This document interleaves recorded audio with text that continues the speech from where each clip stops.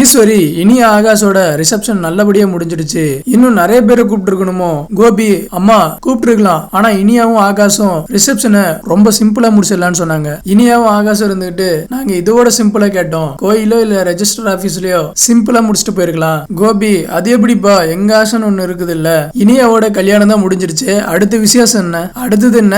அமிர்தாவோட வளகாப்பு தான். பாக்கியா இத பாருங்க, மண்டபத்துக்கு வந்ததுல இருந்து நீங்க இதுதான் பேசிட்டு இருக்கீங்க.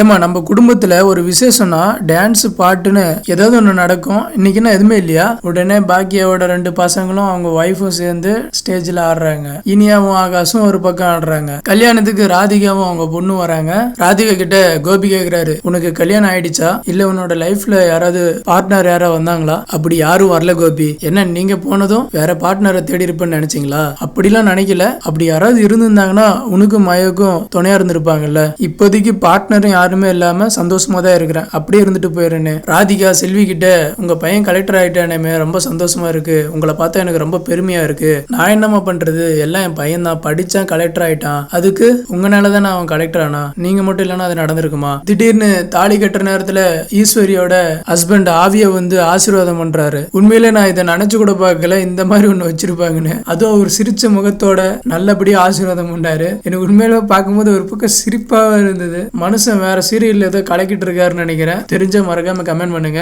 ஆனா இங்க ஆவி கேரக்டரை வச்சு ஆசீர்வாதம் பண்ண வச்சுட்டாங்க. உண்மையிலேயே நல்லா தான் இருந்துச்சு. ஒரு வழியா எல்லாருக்கிட்டையும் ஆசீர்வாதம் வாங்கிட்டு சாப்பிட உட்காடுறாங்க. சாப்பிட உட்கார்ற நேரத்துல ராதிகா பாக்கியா கிட்ட சொல்றாங்க, எனக்கு முன்னாடியே தெரியும் ஆகாஷும் இனியாவும் தான் கல்யாணம் பண்ண போறாங்கன்னு. ஆகாஷ் இனியா மேல எவ்வளவு அன்பு வச்சிருக்கான்னு பாரு. ஆகாஷ் இனியாவை கூட்டு போக பாக்குறாரு. அப்ப ஈஸ்வரி, இன்னும் இன்னைக்கே கிளம்புறீங்களா? பாட்டி நீங்க ஒண்ணும் கவலைப்படாதீங்க, எங்களை பத்தி தான் உங்களுக்கு தெரியும்ல, இனியா சந்தோஷமா இருக்கிறதுல எந்த குறையும் இருக்காது. உடனே பாக்கியாவோட 2 பசங்களும் இனியாவையும் ஆகாஷையும் நாங்க அப்படியே விட்டுட்டு நாங்களும் அப்படியே கிளம்புறோம், ஏன்னா எங்களுக்கு வேலை இருக்கு அப்படின்னு சொல்றாங்க. ஈஸ்வரி இருந்துகிட்டு, ஏண்டா நீங்களாவது இருந்துட்டு போலாம்ல, நீங்க இல்லனா வீடே அமைதியாயிடும்டா, நாங்க என்ன பண்றது பாட்டி, வேலை வேற எங்களுக்கு இருக்கு. ஒரு வழியா எல்லாரும் கிளம்பிடுறாங்க.